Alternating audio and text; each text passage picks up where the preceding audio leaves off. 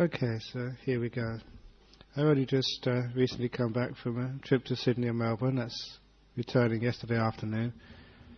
And this afternoon I gave a talk at Notre Dame University in Fremantle. And I'm going to continue some of the things which I said over there about the idea of justice and its opposite, injustice, in the Buddhist perspective. Because I do really feel that Buddhism has much to offer to the world in a way of seeing some of life's events, either on the grand scale or on the personal scales, in a different way. Whenever we have perceptions of injustice, that always gives us, at least in our Western world, gives us something to do, some business to so-called right the wrongs, to set things correct, try and do things in the world, especially when that injustice is exercised on oneself. And you can see just how there's many problems in the world, many struggles in the world over the concepts of injustice, and how there's much problem in the human being over ideas of injustice. So I wanted to investigate this idea in terms of Buddhism. And in a very deep state, very deep sense, you can actually say that there is no such thing as injustice in Buddhism, which is a very powerful thing to say. Often I say these things just to stir people up, in order to make them see things from a different way. We say there's, in a sense, no such thing as injustice, because in Buddhism we have this very powerful, all-pervading law of karma. And the law of karma is basically that we get what we deserve. So the happiness we experience or the unhappiness we experience, there are causes there. It's just in the sense that the laws of the world, the laws of science, the laws of nature are not being corrupted by some body, that it's fair. Sometimes people don't understand that because they need to stretch the way of looking at the world, actually to see another way of understanding just the happiness and suffering, the success and failure, the pain and the pleasures of life. It's always the case that when something goes wrong in our life, we need to have some sense of understanding of why. Why is it that young kids can die of cancer? Why is it that some people are born into poverty? Why is it that all these things happen to me? Whatever it is, we demand answers. And also we demand some sense of fairness in our world. Life has to be fair. But the point is that when we don't know all the rules of the game, when we only have a part of the picture, we don't have the big picture, I think that's where we get misunderstandings. A good story about what we mean by this, about the law of karma, is an old story which came from my experience of teaching meditation in prisons. It's an old story, but it can be repeated because it shows actually what a real understanding of karma is, and how perceptions of injustice can actually be just that, misperceptions. That particular story was when, after teaching for quite a few months in one of the prisons in West Australia, one of the prisoners asked for a personal interview. And during their personal interview, after the main session, he told me that the crime for which he'd been put in jail for, he did not commit. He was innocent. He quickly added that most prisoners would say that anyway, but he respected me. He said that, Ajahn Brahm, I would not lie to you. I did not do that crime. I was innocent. I was falsely accused and falsely convicted. And of course, if that happened to you and somebody told you that they'd been treated just so unfairly, I think you too would think as I was thinking at the time, what can I do to help that guy? Because in a jail you've got very few opportunities to redress wrongs. So I started to think, what have I done? What can I do to help the guy? When I was thinking of all the people I could ring up, the campaign which I could mount or whatever, this fella, this old criminal, smiled at me in the most cheeky of smiles, and interrupted my thoughts when he said, "But, Ajahn Brahm, I was innocent for this action, but I've done so many other things which I wasn't caught for. I think this is fair." And it was a very powerful insight into a powerful story which gives us insight into the law of karma and also perception of injustice.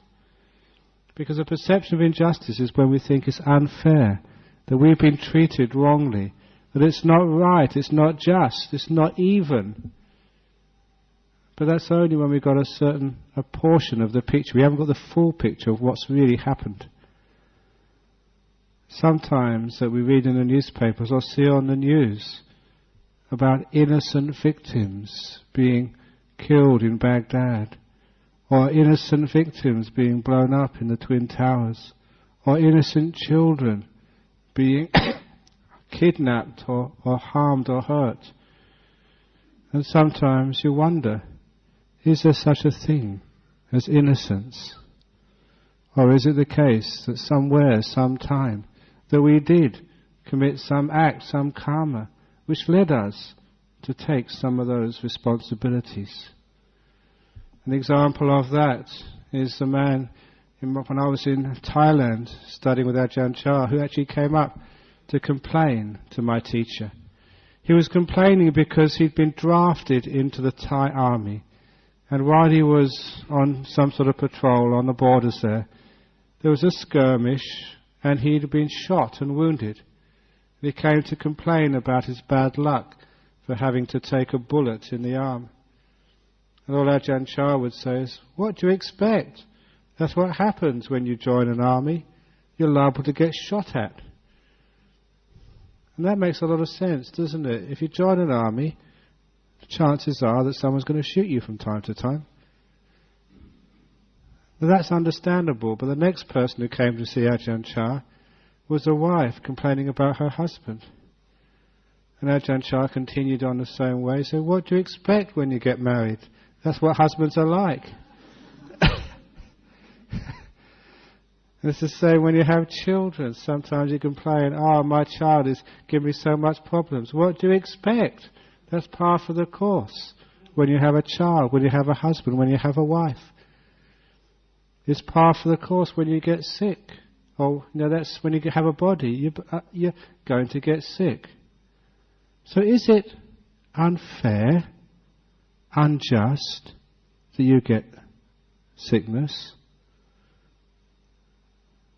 Was that case of, I think it was a 95-year-old lady, never been sick in her life, went to a hospital and was diagnosed with cancer. And when she came out, her comment was, "Why me?" Now it's incredible, isn't it, that we think like this. When we look at the big picture, it's always, why not?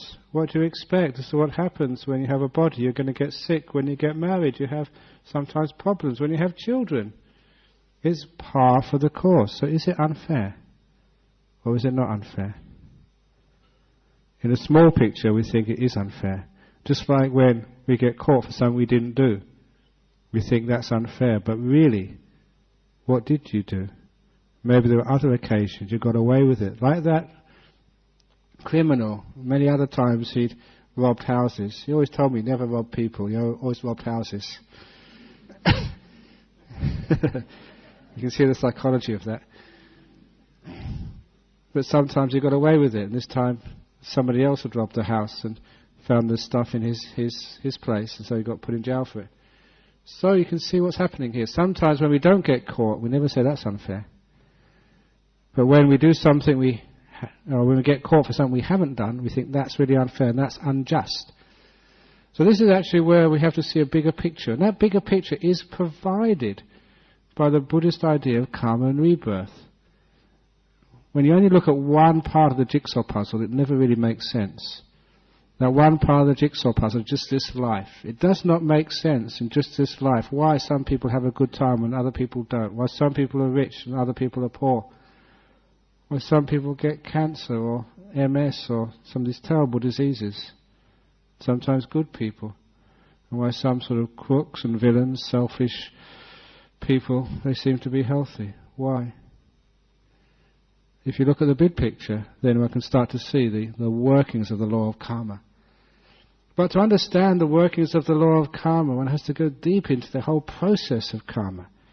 You see, in this life, I think all religions realize there's the consequences of actions. Whether it's a Christian or a Muslim or Hindu or Buddhist, we see that we have to have some consequence of our actions in an afterlife.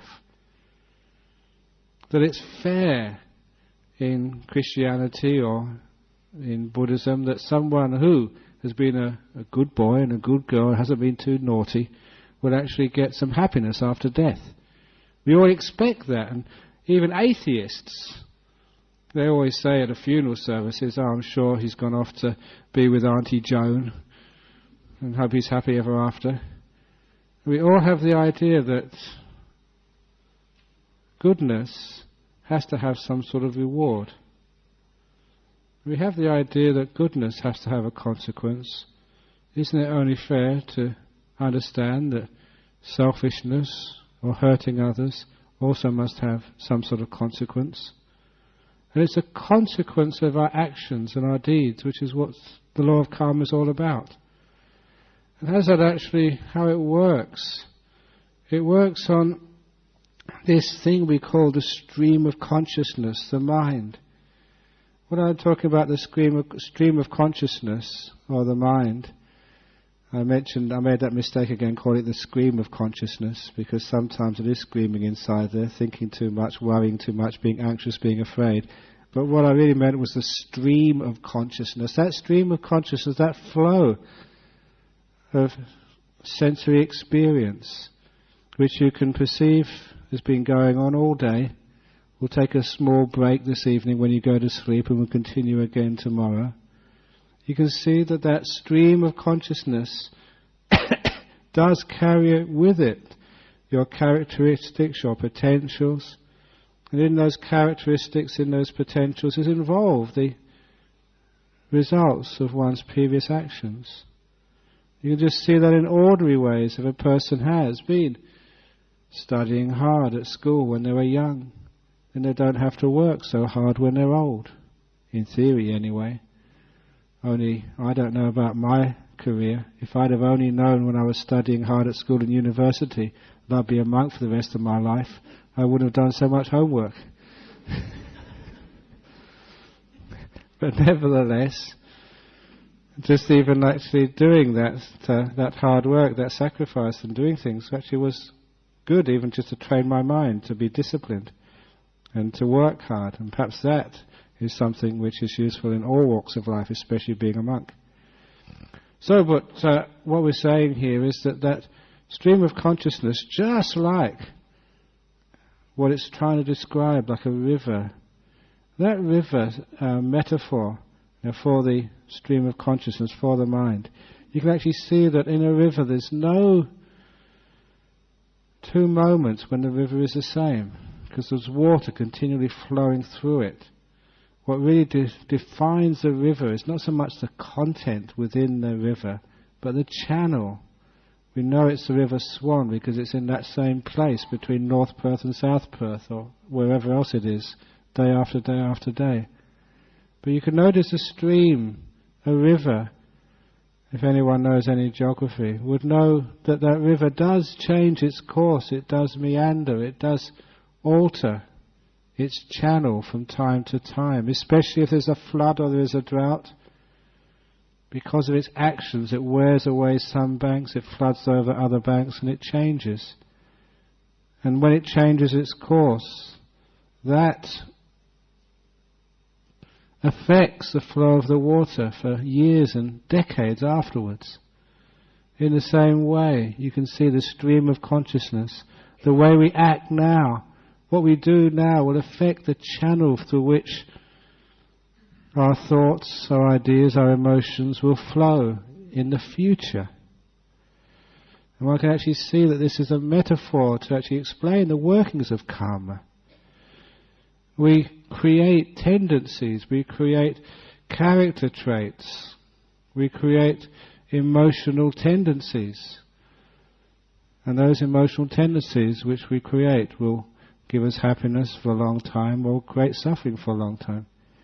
You know that if one can start to, say, restrain one's anger, not be so upset when other people don't live up to your expectations, or life doesn't live up to your expectations, the more you restrain it, the more by those actions you're changing the channel of your stream of consciousness from a way of creating problems and difficulties for yourself to a way of creating more happiness and harmony for yourself. This is why in religions like Buddhism we encourage a training of the mind, a cultivating of good qualities, to actually to change the channel, to change the river course of our mind. And if we can train in that way, we find that we can alter the way we live our life, alter the way we react to life, and thereby change what would usually cause suffering into more peace and more happiness. Anger is a good example, because the more you get angry, the more likely you are to get angry in the future. You can see you're creating karmic tendencies. And if you create that a proclivity, that tendency to anger, then you're liable to suffer a lot in the future. You can see that cause and effect relationship. If you start to do something about things like anger, you're actually making good karma. You're changing the course of your destiny. Like you're changing the course of the river. And of course there's many skillful means of overcoming your anger. The story which I was telling in Melbourne recently was a story of the man who had an afternoon off work, and his wife was busy cooking the meal for that evening. And so she asked her husband, "Darling, you've got the afternoon off work and I'm short of eggs. Can you please go to the market and get some eggs for me?" And the husband said, "Certainly, darling, I'll get some eggs for you." And so he went into the market for the very first time to buy some eggs. When he approached the market and entered the marketplace, a young man came up to him and started calling him terrible names, starting abusing him and started cursing him. And the poor husband complained, "What are you doing this for? I haven't done anything to you. This is not fair. This is not just. Why me?" But all the husband's protestations didn't matter a bit. That young man kept on cursing, abusing, calling him terrible names in front of the whole crowd in the market. And the poor husband got so embarrassed and angry that he turned around and went back home. He was so upset about being unfairly abused. When he got home, his wife said, "You're back early, darling. Have you got the eggs?" And he said, "No. And don't ever want to go back to that terrible market again. Those people there are awful. They're just so uncivilized. They call you names, and I've never done anything to them. Why do they do this to me? This is really unjust." And for all of you wives, whenever your husband comes home from work or the market like that, you know you can't get any sense out of him until you calm him down, you soften him up. And that's what she did, and when he was all softened up, then she asked him to make some sense out of this. "What was that man like? Describe him to me." And the husband described that man. And the wife immediately recognized him. He said, "Oh, it's him. You know that he does that to everybody. He curses and gets angry at me and everybody else. Because when he was young, he fell and hit his head and became crazy. The poor young man was never able to finish school or get a proper job or get married. He's out of his mind, he's crazy, and just hangs around the market all day and curses and abuses everyone. Don't worry about it. It's not your fault. The guy's crazy." When the husband realized it wasn't because the husband had done anything, it was just because the guy was crazy, all his anger and upset disappeared. It wasn't really unjust and unfair anymore. He'd found a reason, a cause why the man acted that way. And it was nothing to do with the husband. So the wife said, "Darling, look, I really do need those eggs. Can you go back to that market?" And he said, "Okay, I don't mind. And don't worry if that guy abuses you. Yeah, poor fellow must be mad." So he went back into the market, As soon as he went to the market, the young man came up to him again, cursed him, abused him, told him all sorts of terrible things about himself, in front of everybody, but this time the husband was not at all embarrassed or ashamed, because he knew the young man was crazy. He went up to the egg stall, and the man followed him, abusing him, cursing him, terrible names. And the lady behind the egg stall said, "Don't worry about him, the poor fellow, he does this to everybody. He's crazy, he hit his head, he's never been the same since." Husband said, "Yes, I know." And so the young man followed the husband all the way out of the market, cursing, abusing, calling him terrible names. It didn't matter because the young man was crazy. When the Buddha told that story, he said, if ever anybody curses you or calls you names, it may be your husband, it may be your wife, always remember that story. If anyone curses you or calls you names, they're just like that young man. They're crazy. In Buddhism we call it temporary insanity. So what that means is when you get home and someone shouts at you, it must mean if it's your husband, he must have hit his head that day. He'll get over it soon. But the point is, you don't take it seriously because you see the causes behind it. It's not unfair or unjust anymore. You only get angry if you think it's unfair or unjust, if you can't find a reason behind it. If you find all the reasons behind it, where is your anger? It's the same when somebody dies. If somebody dies, we find a reason behind it. We don't get so angry at life anymore. It's like when a young person dies, a child. So many people get angry. Why did that happen to such a young boy or a young girl? Why did they get cancer? Why did they get run over by a car? Why did that cliff collapse upon them? And of course, the answer is that this is nature.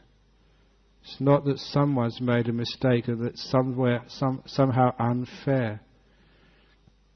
Just like when the storm blows through a forest. That storm usually takes the old leaves from the trees, but it also takes green leaves as well, young green leaves. That's nature, to take some green leaves as well as old leaves. It's the nature of life that death happens not just to old people, but to middle-aged people and young people as well. That's nature. So nothing has gone wrong. There's no one to blame. There's causes and effects here, so why do we get angry? It's not an innocent child anymore. When one gets born, this is part of life. So when one actually starts to see just what's actually happening, then one doesn't need to get angry. When one doesn't get angry, there's no need for this terrible thing called revenge. A lot of times that revenge and violence in our community or in our life, in our societies, all come from the idea of injustice. This man has called me terrible names, therefore I've got a right to sort of hurt him back. An eye for an eye, a tooth for a tooth, a curse for a curse. To give as good as you get, or even better, give worse, to teach them a lesson. When there's a perception of injustice in many societies, we have almost a need for revenge. And you can see that happening in your family, in your relationships. Someone hurts you and you feel that you've got a right to hurt your partner back. When that perception of injustice has actually been seen for what it is, a misperception, then you can actually probably see there is no need for hurting back, for revenge.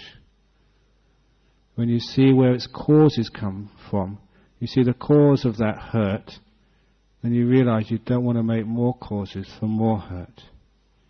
That's why in Buddhism there's no such idea as injustice. There's just causes and effects.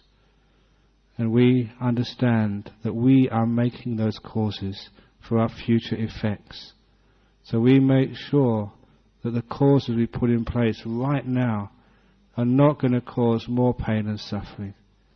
Which is why if we receive hurt or harm, we never give more hurt or harm as our response. Revenge has no part in Buddhist practice. When I say revenge has no part in Buddhist practice, we still have the idea of rehabilitation, solving the problem, doing something about the situation, but not out of anger or ill will, which wants to hurt someone who's hurt me. A good example of that was the destruction of the Buddha statues in Afghanistan by the Taliban 2 or 3 years ago. And I think many people were quite surprised at how passive the Buddhists were when that happened. When the Taliban destroyed 2 very beautiful and very highly loved Buddha statues, there was no mosque was invaded and destroyed. There was no Islamic icons were damaged at all. Even though the Buddhists, as it were hurt or harmed, it was decided not to create more hurt or more harm by destroying somebody else's icons. Instead, there was always this wonderful sense of forgiveness. And of course I was very proud at that time of the Buddhist world, understanding that people could destroy Buddha statues, but they could never destroy the Buddhist wisdom and compassion, which was far more important than any Buddha statue. It was what the Buddha statue was there for in the first place anyway, to teach people, encourage people to be forgiving, to be kind, to be compassionate, to be even non-violent. And the Buddha statues were destroyed, but what they represented was still there and still remained. And you can see what a powerful effect that would have. What a powerful effect it has when actually people have that same idea to the so-called injustices of life. If your wife treats you so-called unjustly, or if your children treat you unfairly, or your job treats you unfairly, to ask yourself, is it really unfair or not? Really, it's not unfair, because it's always wonderful opportunities to learn. You all heard that simile which I give of the truckload of dung. I'll just go over it very quickly. Truckload of dung means some of the things which happen to you in life are very unpleasant, like dung being delivered to the front of your door. And many people complain, why me, why have I got this dung, what did I do to deserve this? But the point is, you're stuck with that dung.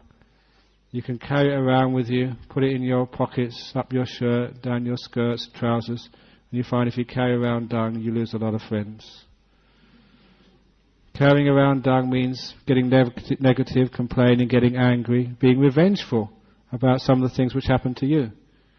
The point is, even if you can't see that you ordered that dung, maybe a long time ago and you've forgotten, maybe in your previous life, but you ordered it, it's your fault.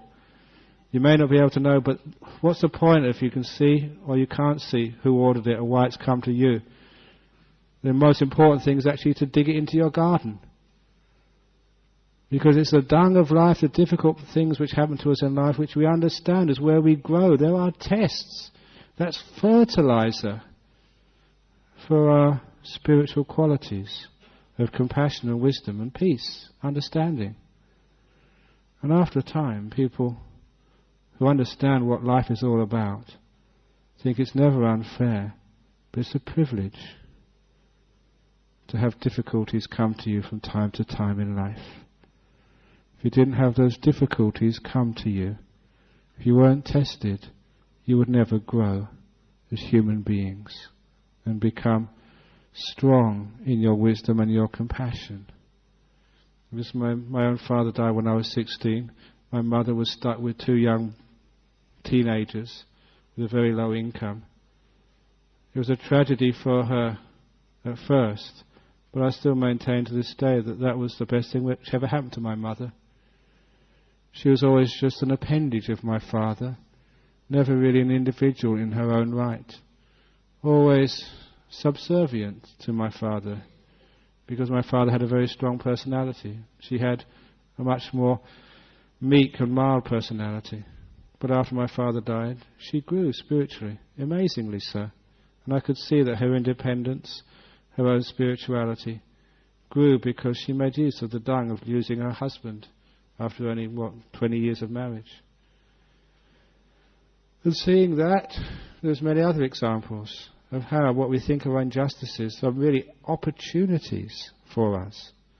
So often people have told me when I go to cancer support associations, it's amazing how many times people have said the cancer they have was the best thing which ever happened to them.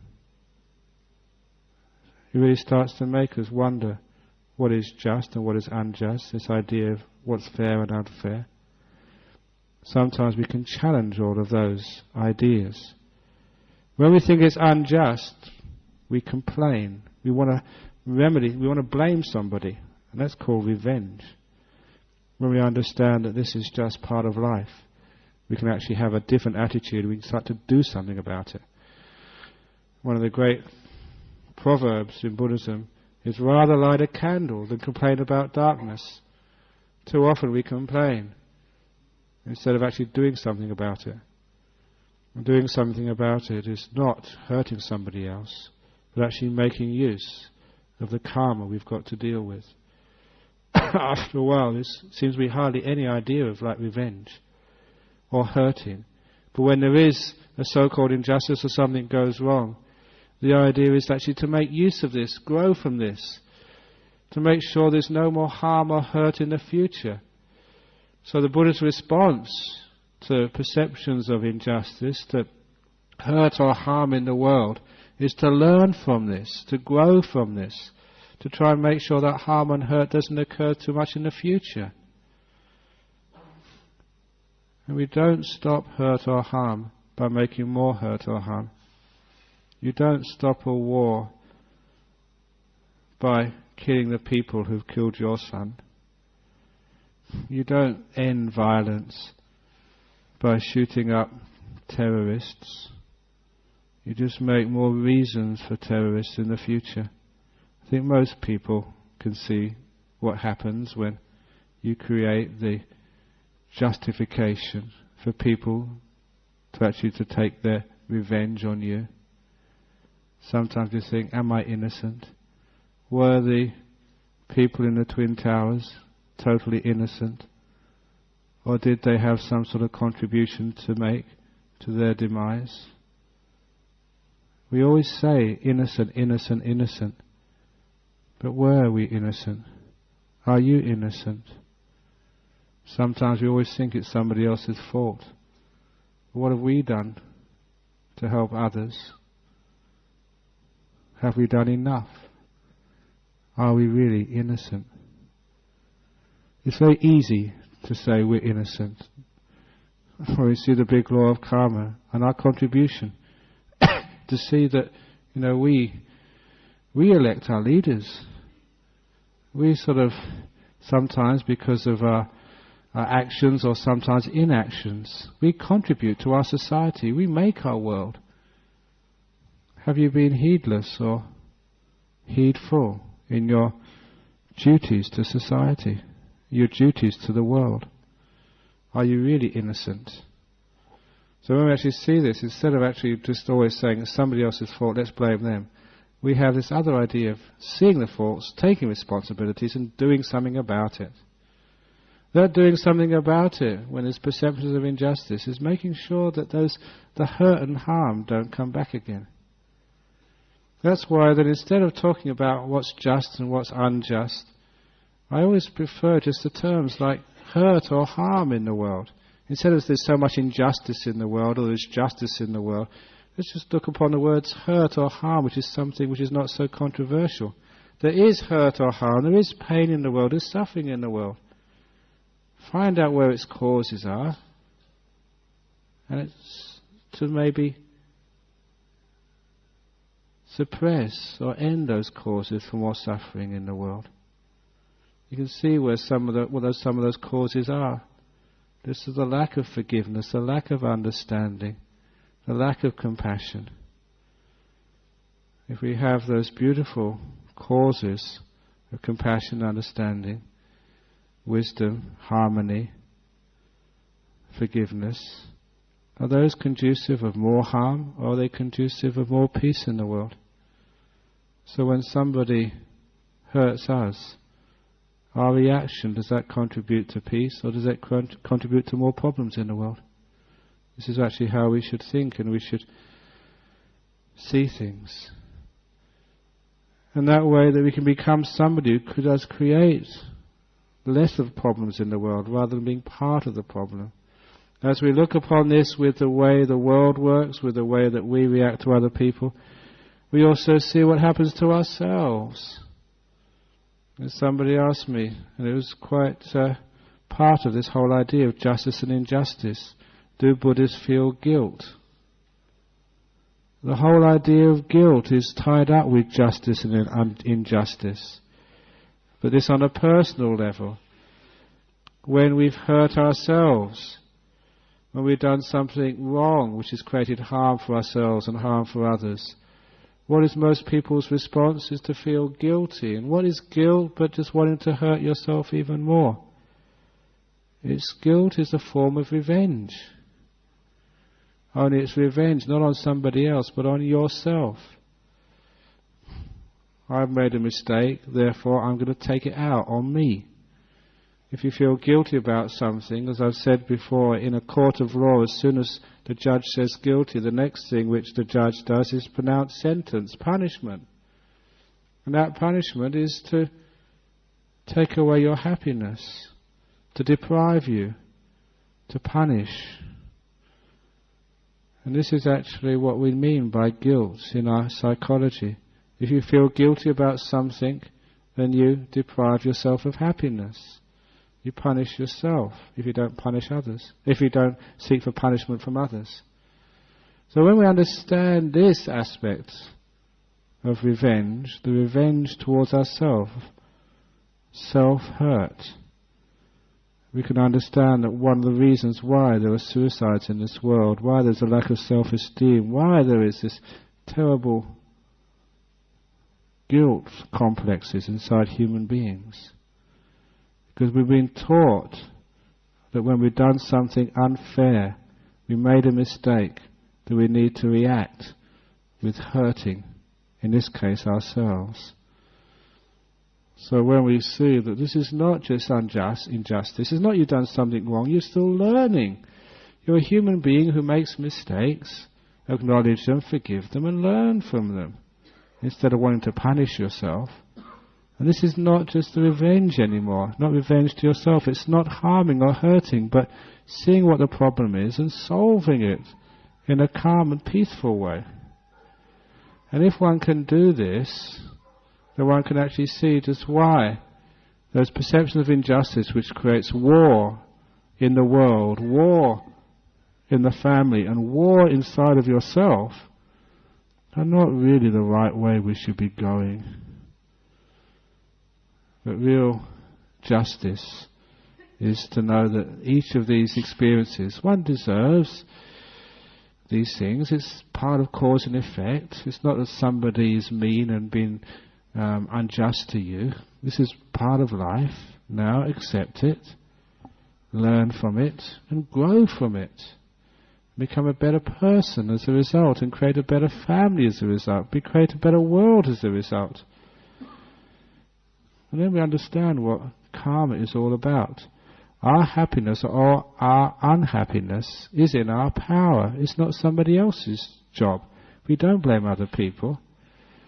You should never allow anybody else to control your happiness. So often our happiness is given up to the power of other people. We allow other people to make us unhappy. We allow the world to make us unhappy. We allow our family to make ourselves unhappy. We allow our deeds sometimes to make us unhappy. We should take more control in a more positive and wise way. When we say there's this no revenge, it should never be looked upon as being just absolutely passive, because this is not what I've been saying here. What we're saying here is having a positive forgiveness, a positive acceptance. So we accept the past and we make use of it. We do something with it. We dig it in. If we've done some really wonderful things, then we celebrate those as well.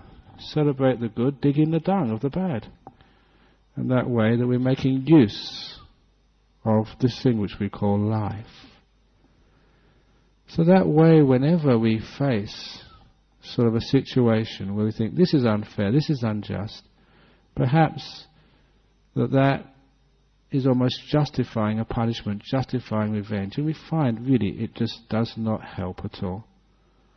I gave examples this afternoon of even on a national level of citing what happened in Cambodia with the many years of the Khmer Rouge, the genocide which happened in that country, the killing, the maiming, the murdering, the torturing which went on for so many years.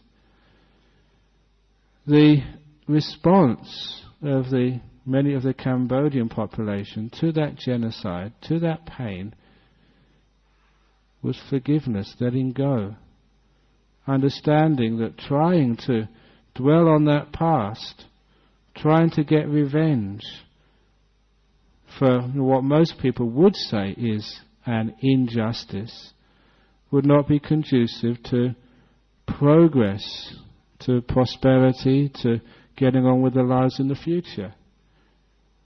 Many of the Cambodians who survived that would just like to learn from that past and just to go on and not linger with wanting to have trials and prosecutions of the so-called war crimes committed by the Khmer Rouge at that time. And many of the Cambodians did suffer greatly. One of the Cambodian men in England who supports a monastery, it's the woman, her husband just took a mango from a tree without permission, and one of the Khmer Rouge just took out his gun and shot him in the head in front of her, without any trial, what we would call terribly unjust. Well, what would you do in such a situation? If you got angry and upset, would that really help at all? Would that bring that husband back? Would that help you? Would that actually help matters in the future? Very often people who have seen such a tragedy usually want to get their own back and go and kill the person who killed my husband. And then the person you kill, their brothers and their sisters, they want to kill you back. You see how tit for tat, revenge, does not help create peace or any solution to violence in the world. Instead of that, we can have some positive forgiveness. Find out what the cause of the violence is and do something about it. And of course, one of the best examples I have of that is the communist threat in Thailand during the late 70s, early 80s, where there was insurgents within the country, Thai people who were fighting the government, and they were supplied with arms from outside the country, from the Viet Cong, Pathet Lao, Khmer Rouge, just across the borders. And they had lots of support from the local poor Thai villages. But the Thai government at that time did not go in with gunships trying to kill and destroy the communist insurgents. They had a strategy of non-violence, a strategy of forgiveness and amnesty, and a strategy of trying to find out what they were fighting for. What was the gripe? What was the problem? And in many problems was the idea of injustice. These were poor people in a poor land, paying taxes, getting nothing back in return. So the government did something about it. They did put in irrigation systems, dams, roads, electricity, schools, clinics, and even the poor villages. And you can see what happens when the problem becomes solved.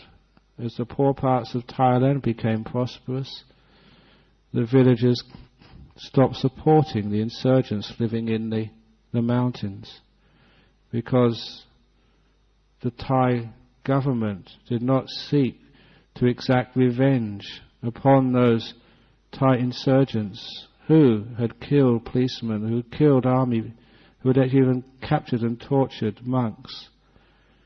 Even when I was on wandering, I heard a story. It was quite frightening, because I was in those mountains and wandering, where some of Ajahn Brahm's senior monks were staying in the jungles, and they just ran into the communists, and the communists took the 2 senior monks and tortured them to death, let all the other monks go to tell what had happened. And when the local villagers heard that 2 very highly respected monks had been tortured to death in front of the other monks, they all just got their hoes and machetes from the local villages, and they were going off into the jungles to try and catch those communists and take revenge. And it was the Thai government, the military, stopped them forcibly, saying, no, that's not going to solve anything. Non-violence went to such extremes. And of course what that meant, there was no need for the communists to seek revenge. There was no cause for them to keep on fighting. It's a great cause when they've killed my brother or my husband. Of course we feel, this is unjust, I've got to take revenge, tit for tat. But never gave the cause for revenge. And the amnesty, which is the same as forgiveness, whenever you want to give your arms up, there's no punishments at all. Just give your arms up and just go back to the village, to the university, wherever. And that's how they solved that problem. Little by little the soldiers, the insurgents, gave themselves up. They would join society again. And the most impressive part of that story, which I think I told not only a few months ago, the most impressive part of that story is when the leaders, the head of the insurgency, gave themselves up. They were given good jobs in the civil service, but more than that, right at this moment, 2 of them are serving as ministers in the Thai government. They were communist, rebels, insurgents, responsible for killing of soldiers and many other people. And now they are ministers serving the government. This is actually another way of dealing with the problem. Instead of giving violence to violence, instead of thinking this is unjust, therefore that will justify violence, we see another way. This is why also the Buddhists are opposed to any death penalty. Doesn't matter what a person has done, just killing them doesn't really help. They're just going to come back again in the next life just as bad, even worse. So there's a problem there. In an interesting book which I read as a student, there's a book called Erewhon, which means nowhere, backwards, by a person called Samuel Butler. And by juxtaposing, by changing around the 2 things called sickness and crime, and making a crime out of sickness and a sickness out of crime, he envisaged a society when a person got sick, they were sent to jail. When they did a crime, they were sent to the doctor. There's a lot of sense to be made in that, because in one of the scenes there was a poor man who had a cold, and he was in front of the judge, and the judge was summing up before handing out the sentence, saying, "Sir, this is not the first time you've appeared before me with a cold. You're a repeat offender. And I've told you the last time you should take better care of your health, eat better food, and you've just been heedless. It's your fault. Isn't it sometimes your fault if you get a cold? And aren't you a danger to society, spreading all those germs and bugs around? Shouldn't you be put away for the safety of others?" So he sentenced him to about 3 years in jail for being a repeat offender, catching colds. Now you can see this, there is, in one sense, there's some justification behind that, isn't it? Because aren't you responsible for your health? Isn't it heedlessness makes you ill? Isn't it because you've been eating junk food, not exercising, working too hard, that you catch these colds and you spread those germs, you're a danger to others? And when a person embezzles some money from the company, they'll just send to a doctor to explain to them, to give them some nice medicine, some herbs, so they didn't actually embezzle the next time. And try to explain to them just the results of this. And you shouldn't do this anymore. And give them some strategies, some medicines or some practices, so they wouldn't embezzle the next time. Crime was looked upon as being a sickness, which could be cured through some sort of therapy. And it's interesting, because of that juxtaposition, you started to see that why is it that we treat crime in one way and sickness in another way? I don't say that, and he wasn't saying that you should actually send sick people to jail, but should we send criminals to jail for punishment? Or should we send them for therapy? to hospitals. However those hospitals are constructed, wouldn't that be a much better metaphor? At the moment we want to punish, we want revenge. Someone has robbed me. They've entered my house and stolen my goods. And because of our conditioning, we think the right thing to do is to get our own back. And they've hurt me, therefore I am justified hurting them back. In Buddhism we say no. There's no justification for hurting another person back, because it's not conducive to any long-lasting beneficial solution to anybody. There has to be forgiveness and then dealing with the problem. Not just passively allowing it to happen, but not fighting back with anger, with ill will, with violence. So this is actually just how Buddhists look at justice and injustice, and its corollary, just the revenge and the violence of our world, trying to get our own back, giving hurt for hurt, giving harm for harm, and seeing the result of that, both in our world, in our family, in our relationships, and also inside of ourselves. The Buddha said, hurt, harm never ceases with more hurt or harm. It only ceases with that forgiveness, with that love. And so Buddhists have always been non-violent, have always never sort of really bought into this idea of justice and injustice, or even evil. There is no such thing as evil in Buddhism. There's only stupidity, not seeing things clearly. If we see things clearly, then we don't create harm in the world or harm for others. In fact, we become peacemakers in this world. We become healers in this world. We become people who create harmony in this world rather than divisions. We are people who give alternatives to anger, to revenge, to punishment. And surely that our world is in such great need of such philosophies. It's not only that nations are fighting each other. It's not only there's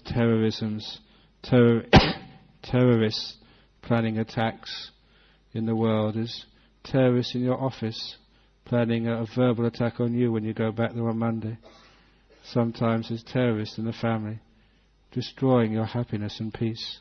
And more importantly, there's a terrorist inside of yourself who, through some feeling of injustice, will not allow you to feel happy, to feel free, and be at peace with yourself.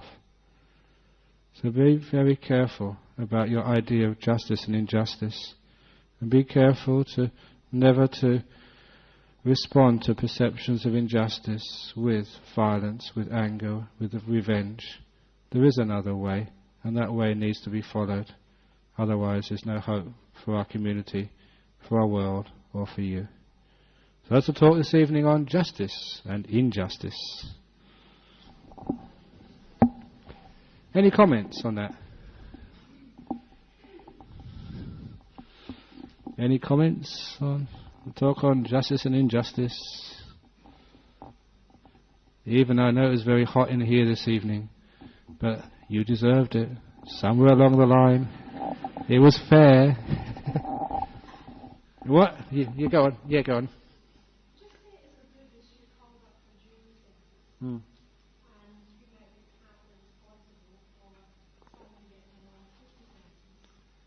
Yeah. Yeah. They're not innocent. Somewhere along the line they've done something there. And maybe they got away with it last time, and now it's coming round to them. It's karma again. The idea of karma means you don't complain about what happens to you. Instead you say, well, there's somewhere down the line I must have done something, and this is some rewards. So don't complain about it. So accept it's happening to me. It's not something that's gone wrong. Even if they were innocent or they didn't deserve such a long sentence. They got it. So I just read in the newspapers this morning, Pauline Hanson has been released from jail. But she deserved to go for 78 days or however long it was. There's no such... Because if she didn't deserve it, it wouldn't have happened. Maybe not this lifetime, maybe a previous lifetime, or somewhere down the line. Because how many times do we get away with things? And when we get caught for something we think we didn't do, we think that's unjust. But really the justice is evenly all the time. What comes around gets around. And the helpfulness of that is that we don't feel that someone's made a mistake. As a Buddhist and a jury, you don't feel that you've made a mistake. If you send someone, well, because of you, that person goes to jail for 20 years and you find out afterwards they were innocent, circumstantial evidence, you got it wrong, you made a mistake. You don't feel guilty about that. It's just part of nature. This is part of the world. Sometimes we try our very best and we get it wrong. That's life. Welcome to life. So instead of complaining about it, we say, how can we make use of this? So next time you're in jury service, listen more clearly. Try and sort of be more intuitive so you don't make mistakes again. Don't judge a person just because they're an Arab or because they're English. I know you're Scottish.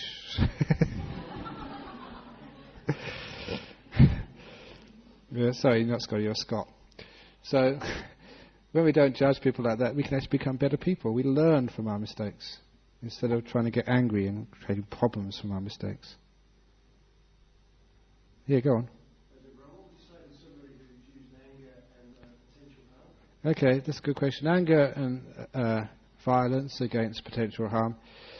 If it's coming from sort of compassion, in other words, the best for everybody, and it's not coming from revenge, fine, that's a good strategy.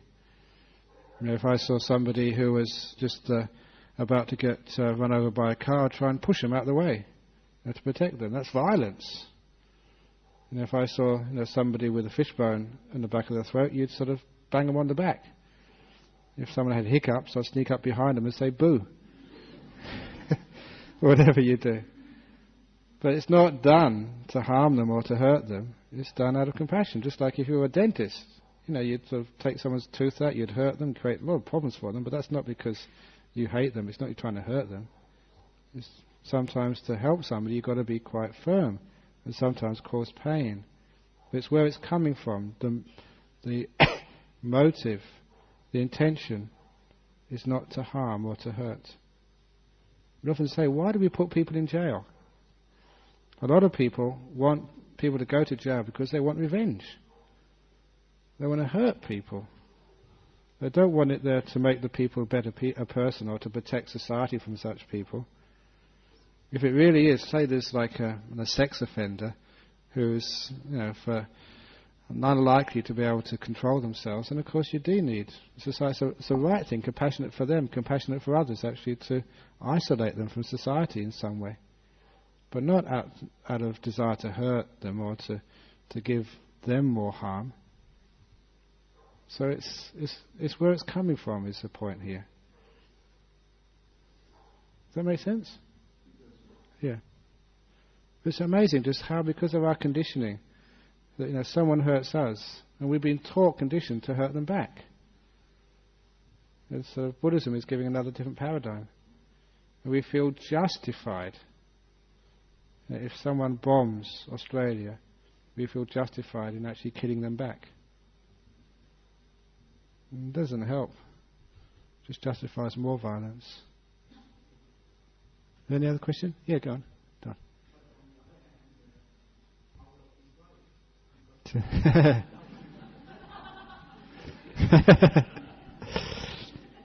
No, because you know that everyone can be changed. You're asking that if it's a very good question. I like these curly ones. You're saying if that somebody was like a terrorist and they were so brainwashed they couldn't do nothing else, wouldn't it be compassionate to take them out this life to give them another rebirth somewhere? But of course, that really doesn't help them at all. And as a Buddhist, the story of Angulimala, who was a terrorist, a serial killer, and everyone can be changed. And sometimes you do hear stories of that, about these violent prisoners in jail who killed. And something happens to them and they sort of suddenly switch and they see just another way of looking at life. And then they can start making a contribution to the world, a contribution to society, to pay back. And some of those people can be good people. It's good to give people a chance to change from being a terrorist to being a saint. So certainly they should, obviously to make sure they don't create more harm, but wouldn't it be wonderful to put some more resources into looking after terrorists and even offenders? Too many people go to jail, come out again and re-offend. Punishment doesn't work. When I was at school, if I got punished, all I learned was not to get caught next time. It wasn't actually teaching me why I was being punished.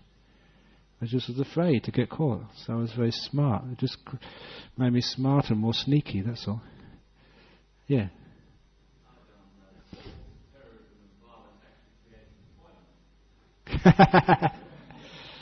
All this terrorism and violence creates employment. I think the amount of employment which it actually creates is probably countered just by the amount of all those resources which goes into the bombs and the tragedy. There's one person who gets killed by a terrorist. It's amazing just how many millions of dollars it takes.